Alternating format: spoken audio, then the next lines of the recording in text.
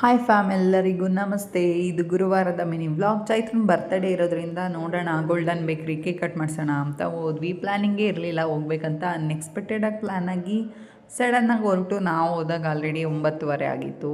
ಸರಿ cake cut ಮಾಡಿಸ್ಬಿಟ್ಟು ಬರೋದಲ್ವಾ ಅಂತ ಹೋದ್ವಿ. ತುಂಬ ಏನು ಡೆಕೋರೇಷನ್ ಏನಿರಲಿಲ್ಲ, ಸಿಂಪಲ್ಲಾಗಿ ಡೆಕೋರೇಷನ್ ಇತ್ತು. ಓಕೆ ಅಂತ ಅಂದ್ಬಿಟ್ಟು ಕೇಕ್ ಕಟ್ ಮಾಡಿಸಿದ್ವಿ. ಕೇಕ್ ಎಲ್ಲ ತಂದು ಅರೇಂಜ್ ಮಾಡಿ ಇಟ್ಟಿದ್ರು. ನಾನು ನನ್ನ ತಮ್ಮ, ನಮ್ಮ ಬಾಬಾ, ಚೈತ್ರ ಮಕ್ಕಳು ಎಲ್ಲ ಹೋಗಿದ್ವಿ. ಕೇಕೆಲ್ಲ ಕಟ್ಟಿಂಗ್ ಆಯಿತು. ಮಕ್ಕಳು ಕರ್ಕೊಂಡು ಹೋದ್ರಂತೂ ಟೈಮ್ ಸ್ಪೆಂಡ್ ಮಾಡೋಕ್ಕೆ ಎಲ್ಲೂ ಆಗೋಲ್ಲ.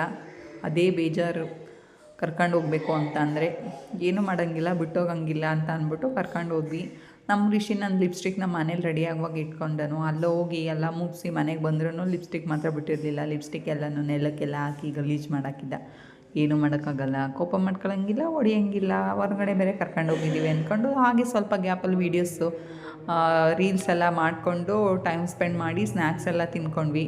ನೋಡಿ ಇವನು ಇನ್ನೂ ಲಿಪ್ಸ್ಟಿಕ್ ನೆಲಕ್ಕೆಲ್ಲ ಹಾಕ್ತಿದ್ದಾನೆ. ಇದಾಗಿತ್ತು ನನ್ನ ವ್ಲಾಗ್. ಬಾಯ್ ಬಾಯ್.